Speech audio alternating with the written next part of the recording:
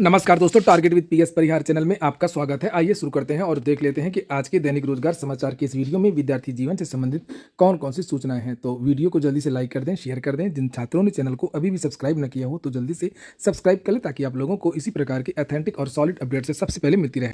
आगे बढ़ने से पहले एक सूचना है उन विद्यार्थियों के लिए जो विद्यार्थी यूपीपीएससी की भर्तियों की तैयारी कर रहे हैं अथवा बीपीएससी की भर्तियों की तैयारी कर रहे हैं। वे सभी भर्ती पीडब्ल्यू यूपीपीएससी वाला बीपीएससी वाला प्लेटफॉर्म पर आकर के अपनी तैयारी पूरी कर सकते हैं। यहाँ पर एक बड़ा ऑफर है गणतंत्र दिवस पर जिसका आप लोग लाभ ले सकते हैं। यहाँ पर आपको वो सारी चीज़ें मिलती हैं जो तैयारी करने के लिए आवश्यक होती हैं, यानी कि लाइव क्लासेस मिलते हैं, सभी वीडियोस के रिकॉर्डेड वीडियोस भी मिलते हैं, डेली क्लास नोट्स मिलता है, बहुत सारे प्रैक्टिस करवाए जाते हैं, मॉक टेस्ट करवाए जाते हैं और डाउट क्लियरिंग सेशन वगैरह भी चलते रहते हैं। 24 घंटे किसी भी टॉपिक किसी भी क्वेश्चन पर कोई डाउट हो तो आप लोग एक्सपर्ट के द्वारा क्लियर कर सकते हैं। और इस समय गणतंत्र दिवस पर इनकी जितनी भी बैचेस की जो भी फीस है यूपीपीएससी के प्रीलिम्स के, मेंस के, फाउंडेशन बैच और भी अन्य जितने भी कोर्सेज हैं आर वगैरह के, सब में 92% तक की छूट इस समय चल रही है। तो इसका लाभ ले लीजिए, लिंक मैंने डिस्क्रिप्शन बॉक्स में दे दिया है। हाँ, एक बात और, चाहे बीपीएससी की बैच हो चाहे बिहार पीसीएस की बैच हो, इसमें एक कोड लगा देंगे PSP 500 तो आप लोगों को और अधिक एक्स्ट्रा छूट मिल जाएगी।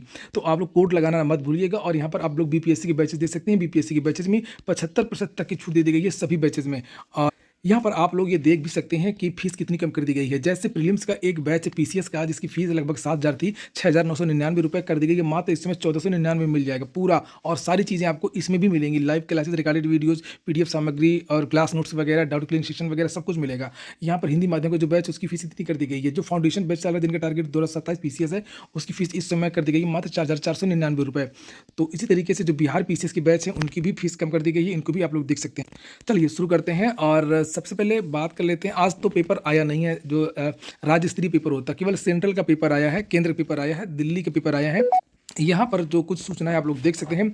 यूजीसी नियमावली का विरोध, भेदभाव का आरोप। सरकार अपने देश में जब विकास नहीं कर पाती है, कोई बड़ा काम कर नहीं पाती है, तो उन चीज़ों को धर्म के आधार पर लोगों को भड़काती है, घुमाती है और जाति के आधार पर जो राजनीतिक पार्टियां हैं वो खेल करती हैं। तो निश्चित तौर पर अभी तक विश्वविद्यालयों में बहुत सारी गड़बड़ियां रही हैं, तो उनको छुपाने के लिए सरकार को लगता है कि हम ये कर देंगे, ये नियम यूजीसी की जो नियमावली है वो लागू कर देंगे, जिसका सवर्ण जो विद्यार्थी हैं वो विरोध कर रहे हैं। वो मैं अभी आपको आगे बताऊंगा। तो उन्हें लगता है कि जो ओबीसी के जो विद्यार्थी हैं, SC ST के विद्यार्थी हैं, कि जो ज़्यादातर विद्यार्थी उनको लगेगा कि हमने बहुत बड़े सुधार किए हैं। और यहाँ पर ये आप लोग देख सकते हैं, चीन के स्कूलों में छात्रों के लिए लगाई गई AI डेस्क। चीन के स्कूलों में पढ़ाई का तरीका तेजी से बदल रहा है। ब्लैक बोर्ड और साधारण बेंच की जगह अब AI से जुड़े डेस्क कक्षाओं में लगाए जा रहे हैं। ये बच्चों की सीखने की क्षमता को समझ करके उसी के मुताबिक पढ़ाई में मदद करती है। यह पहल शिक्षा को ज़्यादा तकनीकी और भविष्य केंद्रित बनाने की दिशा में एक बड़ा कदम माना जा रहा है।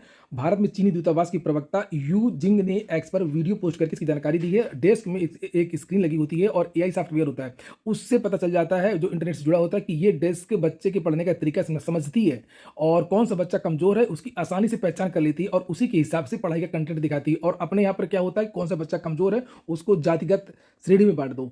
ये है अपने यहाँ पर, ये जो हमारा देश है वहाँ पर जातिगत, धर्म, मस्जिद में किस मस्जिद में कौन सा मंदिर है और SC ST OBC में बांट दो तो लोग खुश हो जाएंगे। ये हो रहा है विद्यालयों में और आम जीवन में। रूस कैंसर की वैक्सीन खोज ले रहा है। अमेरिका को आप लोग देख ही रहे हैं, आधे घंटे के अंदर पूरा काम समाप्त कर दे रहा है। कितनी हाई टेक्नोलॉजी है। चीन क्या कर रहा है और हम क्या कर रहे हैं, ये सोचने वाली बात है। और जनता इससे खुश भी रहती है। सरकारें वही करती है जो जनता को फास्ट रिलीफ देती है। तो ये सोचने वाली बात है। दोनों ही खबरें आज के समाचार पत्र में है। चीन वाली खबर जैसे आप लोग यहाँ पर देख रहे हैं और यूजीसी वाली खबर जैसे आप लोग यहाँ पर देख रहे हैं।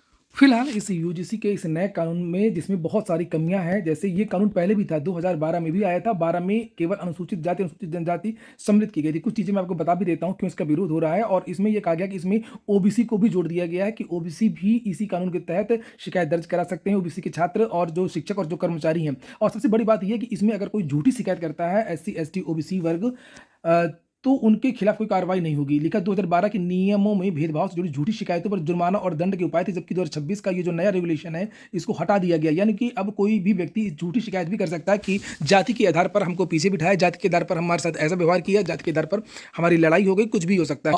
और इनका कहना है कि ज़्यादातर इस तरीके के जो भी कानून आते हैं वो उनका दुरुपयोग ही होता है, तो क्यों नहीं इस कानून का दुरुपयोग होगा।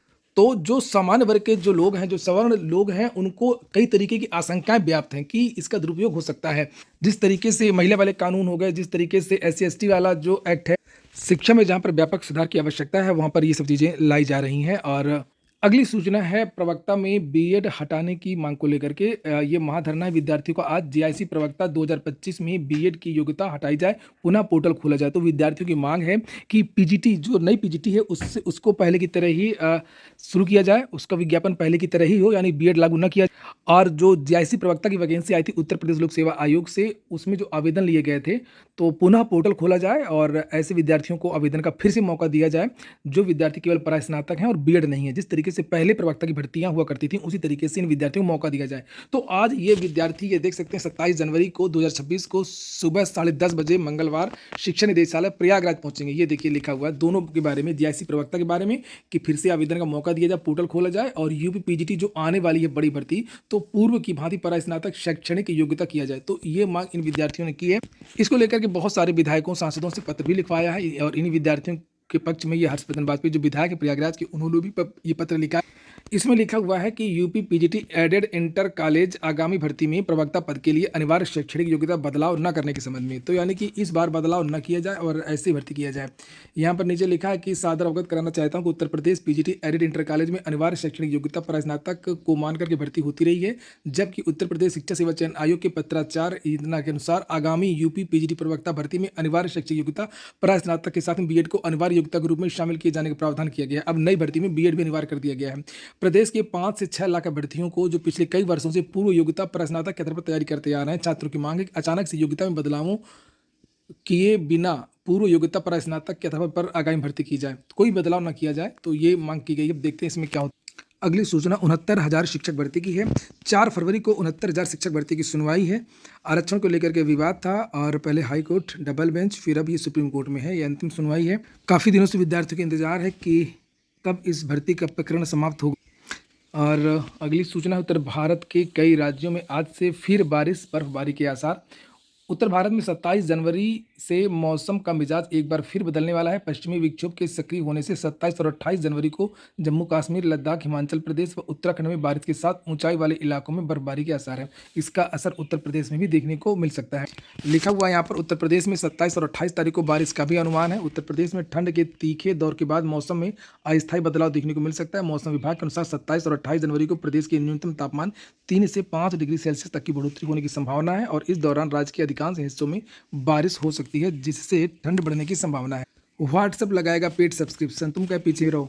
व्हाट्सएप अपने यूजर्स को विज्ञापनों में राहत देने के लिए एक पेड सब्सक्रिप्शन प्लान की टेस्टिंग कर रहा है और इस प्लान के तहत ऐप के अपडेट टैब में दिखने वाले सभी विज्ञापनों और प्रमोटेड चैनल हट जाएंगे। यह सुविधा फिलहाल विकास के चरण में और भविष्य में अपडेट की जाएगी और यह फीचर पहले यूरोप और ब्रिटेन में लागू हो सकता है ताकि वहाँ के नियमों का पालन किया जा सके और सब्सक्रिप्शन इन ऐप खरीद के जरिए लिए जा सके। और आज खुलेंगे सभी भर्ती बोर्ड, चाहे वो उत्तर प्रदेश लोक सेवा आयोग हो, चाहे उत्तर प्रदेश शिक्षा सेवा चयन आयोग हो या यूपी SSSC। तो आज कुछ भर्तियों से संबंधित अपडेट्स शाम तक मिल सकती है। जो भी अपडेट्स होंगी आपको शाम की वीडियो मिल जाएंगी। ये हो गया आज का वीडियो आपको अच्छा लगा हो, ये काम का हो तो लाइक अवश्य कर दें। जिन छात्रों ने चैनल को सब्सक्राइब न किया हो सब्सक्राइब कर लें। पूरा वीडियो सुनने के लिए बहुत बहुत धन्यवाद।